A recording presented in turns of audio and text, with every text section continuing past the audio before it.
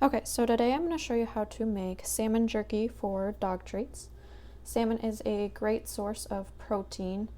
It has a lot of omega-3s, which can help to support immune system, may help decrease inflammation, and can help keep your dog's coat healthy and shiny. You don't ever want to feed salmon raw or undercooked to your dog. There's oftentimes a lot of parasites in salmon, so it's best if you freeze it first to help kill the parasites, and then that's why you don't want to feed it raw. Don't ever add any salt or oil to it. You can add some seasonings just to make sure that they are safe for dogs. Today we're just not going to do any seasonings at all. We're just going to do the plain salmon. And also don't want to feed salmon too often because salmon can be high in mercury. So you can see I already have some salmon chopped up. I just sliced them up pretty thin. And then you can just set them on your dehydrator trays.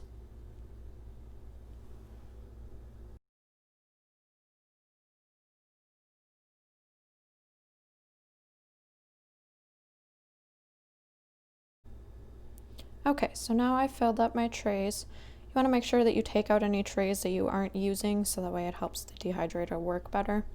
Also, you don't want to put any of these salmon slices too close together. That way it helps with the airflow.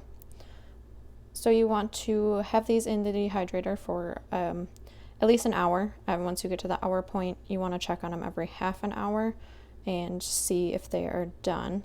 Depends on the salmon that you're using, the thickness, and how thinly you slice them. Okay, so I let these go for actually about 4 hours. My pieces were pretty thick. I didn't cut them very thin. When I was trying to do that, they were starting to fall apart. So they took about 4 hours. I checked them at the hour mark and noticed that they were still pretty raw. So I checked them every half hour to 45 minutes after that.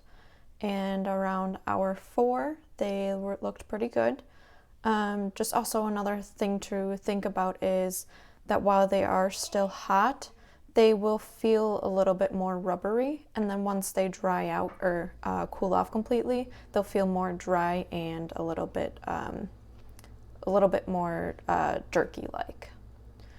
So once these are done cooking, you'll want to leave them and let them cool completely before putting them into an airtight container. And then you can leave them in an airtight container in the fridge for about 2 weeks. If they will even last that long, your dogs will probably love these as long as they aren't too picky eaters. But you can also freeze these too if you want. It's just they might not be as good as quality. They'll be a little bit more rubbery after the freeze and then thawing, but they'll still be really good. So hope you found this helpful. If you did, please like this video and share it with your friends so that way we can have some more salmon-loving doggies.